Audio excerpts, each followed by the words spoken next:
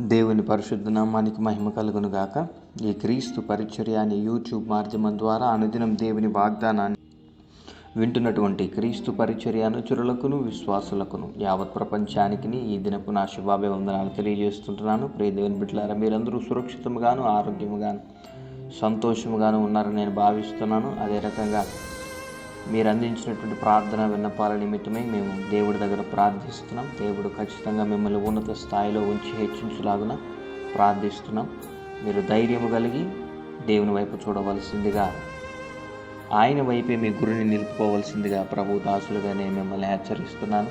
మనకున్నటువంటి ప్రతికూల పరిస్థితుల నిమిత్తమై మనం భయపడి ఆగిపోయినప్పుడు మన జీవిత యాత్రలో దేవుడు ముందున్నటువంటి భవిష్యత్ కాలాన్ని ఎరిగినవాడు కాబట్టి నీకున్నటువంటి ప్రతికూల పరిస్థితుల నిమిత్తమై ఇదిగో నిన్ను కృంగదీసే దేవుడు ఎంత మాత్రమైతే కాదు, కానీ ముందున్నటువంటి ఆశీర్వాదం నువ్వు పొందుకోవడానికి, బలము తెచ్చుకోవడానికి దేవుడు ఈ వాక్యం ద్వారా నీతో మాట్లాడుతున్నాడనే విషయాన్ని జ్ఞాపకం చేసుకోండి. ప్రియ దేవుని బిడలారా, ఈ దినాన ఒంటరితనములో ఉన్న ఆశీర్వాదం అనేటువంటి అంశం మీద నేను మీతో మాట్లాడాలని ఆశపడుతుంటున్నాను. ఒంటరితనములో ఉన్నటువంటి ఆశీర్వాదం జ్ఞాపకం చేసుకున్న ప్రియ దేవుని బిడ్డలారా, ఈ దినాన ప్రస్తుతము జరుగుతున్నటువంటి పరిస్థితులలో కానివ్వండి, ప్రస్తుతము ఉన్నటువంటి భయంకరమైనటువంటి దినాల్లో కానివ్వండి, మనుషులు దేన్నో ఏదో ఒక పరిస్థితిలో ఒంటరైపోవాల్సిన స్థితి వస్తుంది. వాళ్ళని వాళ్ళు ప్రేమించిన ఆత్మీయులు విడిచిపెట్టి వెళ్ళిపోవడం కానివ్వండి, లేదా వాళ్ళకు ఉన్నటువంటి బాంధవ్యాలు తెగిపోవడం కానివ్వండి, లేదా ఆ పరిస్థితులు అన్నీ కూడా వాళ్ళు అనుకున్నట్టు జరగకుండా తారుమారు దిశలో జరగడం కానివ్వండి. ఇక్కడ మనం బాగా గమనించాలి, దేవుడు నిర్హేతకముగా ఎవరిని శిక్షించేవాడు కాదండి. ఆయన తన సంకల్పము చొప్పున ప్రతి బిడ్డని పిలుచుకున్నాడు. ప్రతి బిడ్డ మీద తనకున్నటువంటి సంకల్పాన్ని, తనకున్నటువంటి చిత్తాన్ని నెరవేర్చడానికి, నీ జీవితంలో నీ సొంత నిర్ణయాలు తీసుకుని నీ జీవితాన్ని నువ్వు ఎంత గాయపరుచుకోవడానికి సిద్ధపడినను సరే, ఆయన వాటన్నిటి నుండి నిన్ను తప్పించి వాటి గుండా నిన్ను నడిపిస్తూ నీకు ఒక జీవిత పాఠాన్ని నేర్పిస్తూ వస్తాడు. ఎందుకంటే ఆ దేవాది దేవుడు తన చిత్తాన్ని నీ జీవితంలో నెరవేర్చడానికి, ఇదిగో ఆయనకి ఎంత విసిగిపోయినను పర్వాలేదు కానీ, నువ్వు ఎంత విసిగించినను ఆయన పర్వాలేదు కానీ, ఆయన నీకు సమయాన్నిచ్చి ఇదిగో నీ దగ్గరకు వచ్చి కూర్చొని నీతో మాట్లాడి, ఆయన నీకు వెలకట్టినటువంటి రక్తం ఏదైతే ఉందో, ఏ రక్తంతో అయితే నిన్ను తన సొంతం చేసుకున్నాడో, ఏ రక్తంతో అయితే ఆయన నిన్ను కడిగి పవిత్రపరిచి పరిశుద్ధపరిచాడో, వెల ఎక్కువైనను సరే ఆయన కోరుకున్న రేవుకు నిన్ను నడిపించాలి అన్నది ఆయన కోరిక. ఎందుకంటే ఆయన జీవితంలో, మన జీవితంలో ఆయన అనుకున్నటువంటి కోరికలు మన జీవితంలో నెరవేరితేనే మన జీవితానికి ఎంతో మేలుదాయకంగా ఉంటుంది. కానీ మన సొంత ఐడియాలు వేసుకుని దేవుడి దగ్గర మనము ఇట్లా అవకతవక మార్గాలుగా నడిచినట్లయితే వాటి గుండా శ్రమలు మనం భయంకరంగా అనుభవించవలసి వస్తుంది. చూడండి, యాకోబు జ్యేష్ఠత్వాన్ని దొంగలించాడు తండ్రి దగ్గర. దొంగలించిన తర్వాత పారిపోయాడు ఇంట్లో నుంచి. తద్వారా తనకు వచ్చినదేంటి? తద్వారా తను అనుభవించినదేంటి? తద్వారా తను ఎంతకాలం నలిగిపోయాడు? ఎన్ని సంవత్సరములు తను ఆ రకమైనటువంటి శాపాన్ని అనుభవించాడు. కానీ తను ఒంటరి దశలో ఉన్నప్పుడే పట్టబడ్డాడు.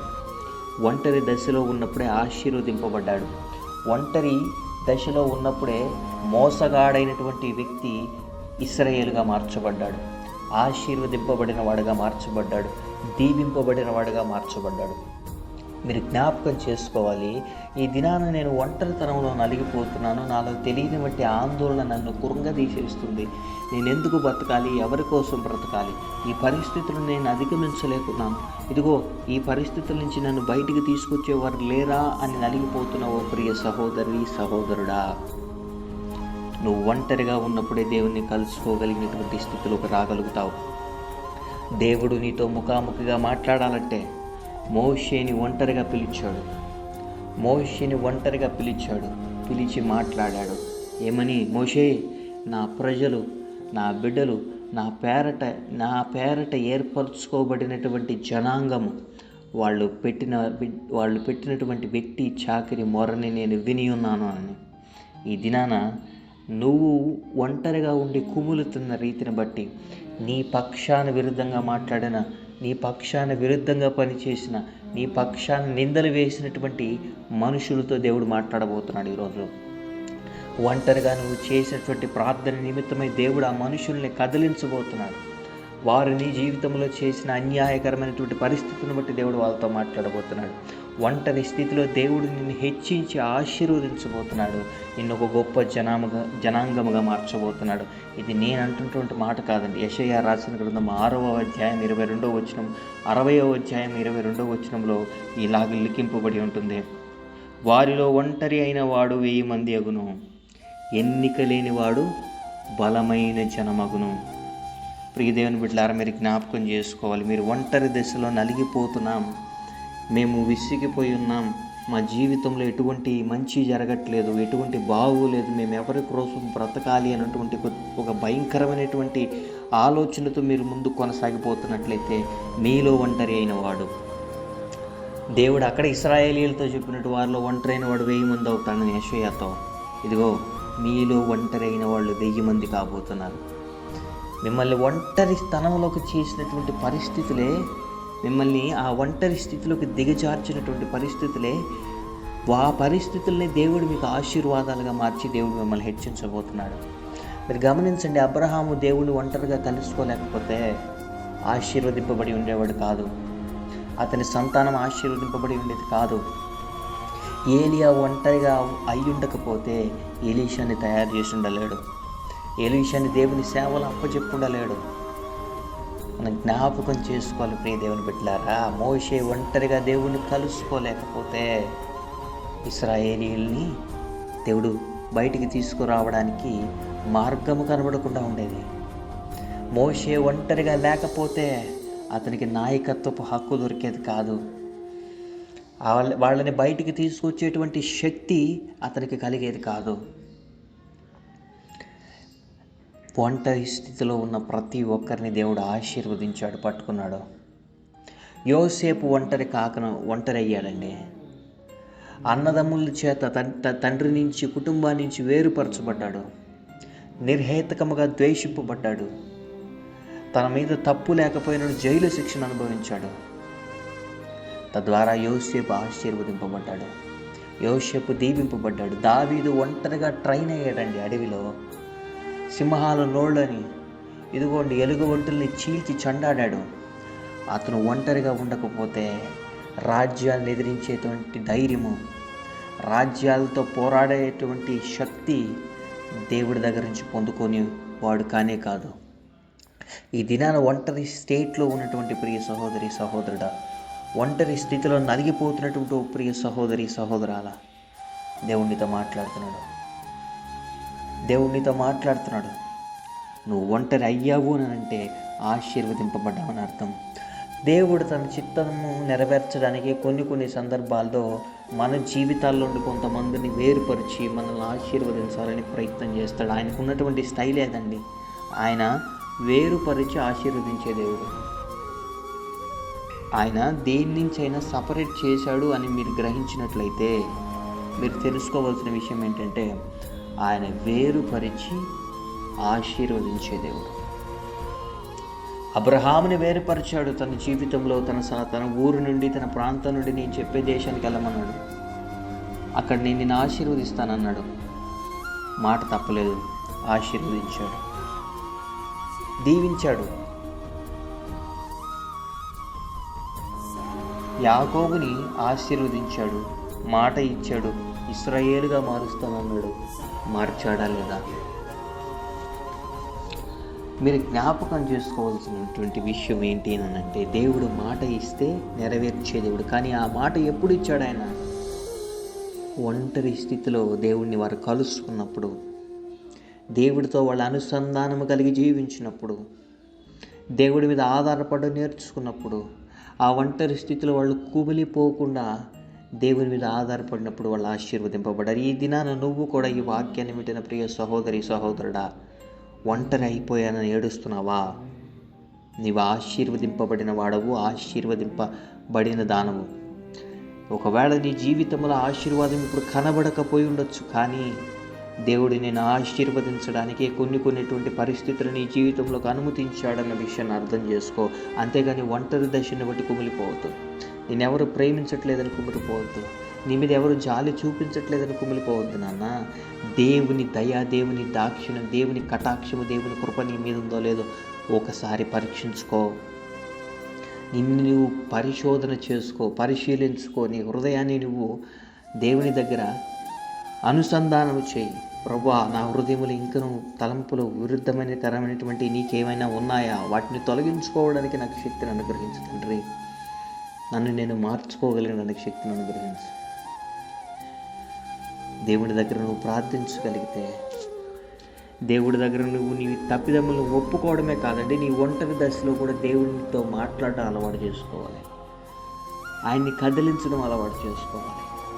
నీ పరిస్థితుల నిమిత్తమే కాదు, నా జీవితాన్ని బాగు చేయి ప్రభువా, నా జీవితాన్ని 10 మందికి పనికొచ్చే పాత్రగా వాడుకో ప్రభువా. ఇన్నాళ్ళు నేను నా సొంత వాళ్ళ కోసం బ్రతకాలని ఆశపడ్డాను, కానీ నీలాగా బ్రతకాలని, నీ కోసం బ్రతకాలని నేను ఎప్పుడు అనుకోలేదు.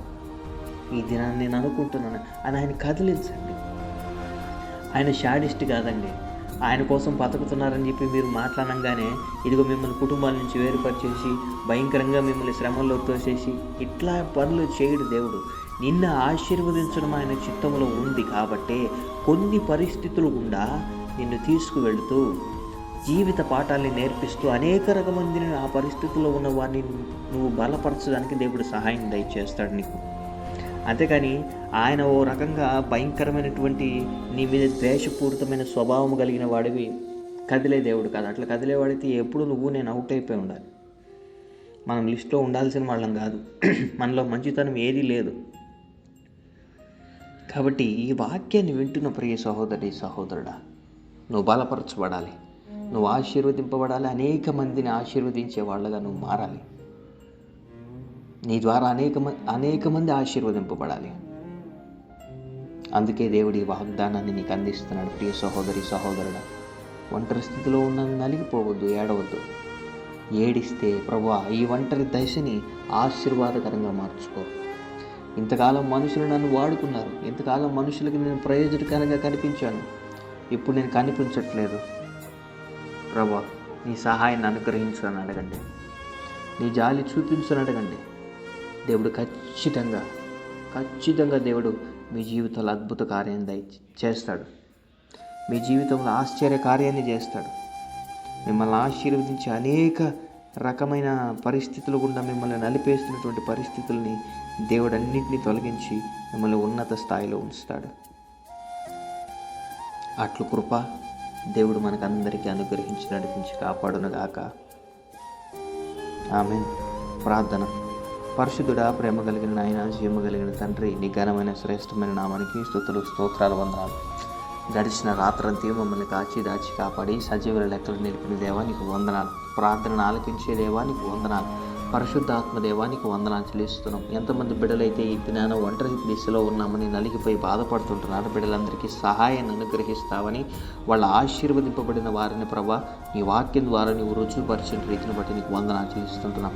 ఈ దినాన నలిగిపోయి విసిగిపోయి వేసారిపోయిన స్థితిలో జీవితం మీద ప్రభాన ఆశను కోల్పోయి ఎంతమంది బిడ్డలైతే ప్రభున రోధిస్తున్నారో, వేధిస్తున్నారో ప్రభున, రోధిస్తున్నారో, వేదన చెందుతున్నారో ప్రభున, ఇతరుల చేత ద్వేషింపబడుతున్నారో, వేధింపబడుతున్నారు, ఆ బిడ్డలందరినీ జ్ఞాపకం చేసుకోండి. ఆశీర్వాదానికి కారకులు అవ్వడానికే ప్రభునని నువ్వు మమ్మల్ని పిలుచుకున్నావు, కానీ శాపానికి దుఃఖానికి ప్రభునని మేము లోనవడం నీకు ఎంత మాత్రమైతే ఇష్టం లేదు. కాబట్టి బిడ్డలందరినీ జ్ఞాపకం చేసుకుని బిడ్డల జీవితాల్లో నీకు ఆయాసకరమైన ఏమన్నా ఉన్నట్లయితే వాటన్నిటిని తొలగించుకోగలిగినటువంటి శక్తిని బిడ్డలకు అనుగ్రహించమని ప్రార్థిస్తుంటున్నాం. మరి ఈ దినాన వివాహ దినాలు, జన్మదినాలు జరుపుకుంటున్న బిడ్డలు, బ్యాప్టిజం డేస్ జరుపుకుంటున్న బిడ్డల తలల మీదకి ఆశీర్వాదాన్ని రంపించమని ప్రార్థిస్తున్నాం. మంచి దీవెలతో బిడ్డల్ని తృప్తిపరచండి. ఎక్కడెక్కడైతే ప్రభువైన విజయవాడ ప్రాంతం గురించి మేము ప్రార్థిస్తున్నాం, భయంకరంగా ప్రభువుని అక్కడ ఉన్నటువంటి బిడ్డలు ప్రభువైన ఇబ్బందులకు గురవుతున్నారు. ప్రభా నీ చల్లని నీ చూపుని ప్రభువైనా ఆ ప్రాంతం మీద ఉంచమని ప్రార్థిస్తున్నాం. లోతట్టు ప్రాంతాల్లో జలమయమైపోయినటువంటి స్థితిలో ప్రభువైన ఇల్లులు కోల్పోయి ప్రభువైన వాళ్ళ ప్రియులను ప్రభువైన కోల్పోయి ఎంతోమంది బాధపడుతున్నారయ్యా.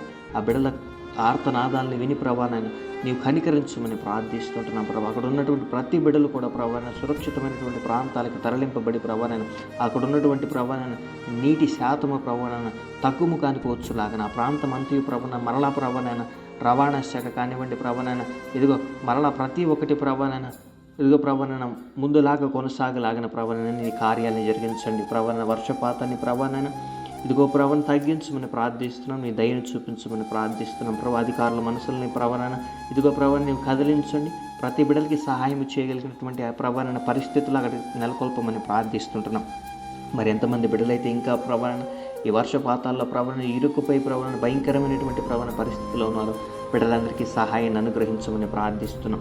మరి అదే రకంగా ప్రభావం ఎంతమంది బిడ్డలైతే ప్రభావైనా ఈ అనుదిన దేవుని వాగ్దానాన్ని విని అనేక మందికి షేర్ చేస్తున్నారు, ఈ ఛానల్ సబ్స్క్రైబ్ చేస్తున్నారు, లైక్ చేస్తున్నారు, బిడ్డల కుటుంబాన్ని 100 తరములు ప్రభావైనా ఇదిగో 1000 తరములు ప్రభావైన బిడ్డల్ని ఆశీర్వదించి ప్రభావైనా ఉన్నత స్థాయిలో ఉంచమని ప్రార్థిస్తుంటున్నాం. ఈ దీవెనలతో బిడ్డల్ని తృప్తిపరచమని ప్రార్థిస్తుంటున్నాం. మరి అదే రకంగా విదేశీయానం కోసం ప్రయత్నం చేస్తున్న బిడ్డలు, అది ఉద్యోగ నిమిత్తమైన చదువు నిమిత్తమైన నీ చిత్తమైతే ఆ బిడ్డల్ని ఆ ప్రాంతాలకు నడిపించి ప్రభావైనా వారిని ఆశీర్వదించమని ప్రార్థిస్తున్నాం. విదేశాల్లో నుండి అందిన దేవుని వాగ్దానాన్ని వింటున్న ప్రతి బిడ్డ కుటుంబాన్ని ఆశీర్వదించండి, ఉన్నత స్థాయిలో ఉంచమని ప్రార్థిస్తుంటున్నాం. మన అన్యాయంగా కోర్టు కేసులు ఇరుకుని ఉన్నట్టు ప్రతి ఒక్కరికి న్యాయం తీర్చండి.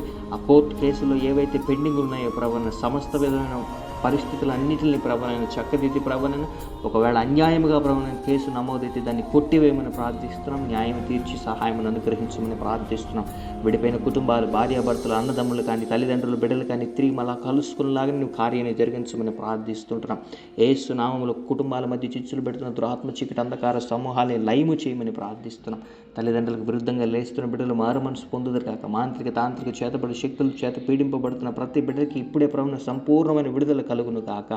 పరీక్షలు రాసిన బిడ్డలకి ప్రభావైన ఉద్యోగాల కోసం గవర్నమెంట్ ఉద్యోగాల్లో ప్రభావం ఎంతమంది బిడ్డలైతే రంగాల్లో ప్రభావం ఇదిగో రాసి ఉంటున్నారు, బిడ్డలందరికీ ప్రభావం ఉత్తీర్ణతమైనటువంటి మార్కులతో ప్రభావం మంచి స్థాయిలో ఉద్యోగాలను అనుగ్రహించమని ప్రార్థిస్తున్నాం. ఆ బిడ్డల్ని ప్రభావం ఇదిగో ఆ అనాలోచితమైన ఆలోచనలతో కృంగదీస్తున్న దురాత్మ చీకటి అంధకార సమూహాలు లయమైపోవునుగా చేస్తున్నాము. మన బిడ్డలకు ఉద్యోగాలు వచ్చేలాగా ఉన్నత స్థాయిలో ఉంచండి. మరి అదే రకంగా అప్పుల బాధల్లో కూరుకుపోయి ప్రవణ వడ్డీలు కట్టుకోలేక ప్రవణ ఇదిగో భయంకరమైనటువంటి సమస్యలో ఉన్న బిడ్డలకి విడుదలను అనుగ్రహించమని ప్రార్థిస్తున్నాం. ఆ బిడ్డలని ప్రవణ తృప్తిపరిచి ఇచ్చే చేయిగా బిడ్డలు చెయ్యిని ఆశీర్వదించమని ప్రార్థిస్తాం. దీర్ఘకాలపు వ్యాధులతో బాధపడుతున్న బిడ్డలు ఎంతమంది అయితే ఉన్నారో ప్రవణ సంపూర్ణమైన ఆరోగ్య బలాల శక్తిని అనుగ్రహించమని ప్రార్థిస్తున్నాం.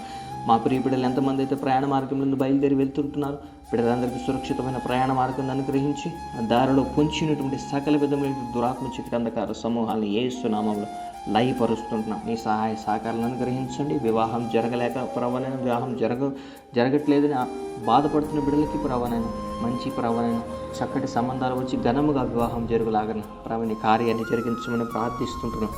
మరి సమస్త విధముల మేలులతో కృపలతో బిడ్డలందరినీ తృప్తిపరచండి. ఈ దిన దీవులతో బిడ్డలు నింపి నడిపించి చాలా దేవుడిగా ఉండి కాపాడమని, తిరిగి దేవాన్ని రాకడ ఆలస్యం అయితే మరొక సమయంలో సందర్భమును నేను స్తుతించి ఘనపరచగలిగినటువంటి స్థితిని మాకు అనుగ్రహించమని, స్తుతి ఘనత మహిమ ప్రభావాలు నీకు ఆరోపిస్తూ యేసయ్య అతి పరిశుద్ధమైన నామమున ఈ ప్రార్థన విన్నపం అడిగి పొందుకున్నాం మా ప్రియ పరలోకపు తండ్రి. Amen, amen, amen. Praise the Lord. May God bless you all.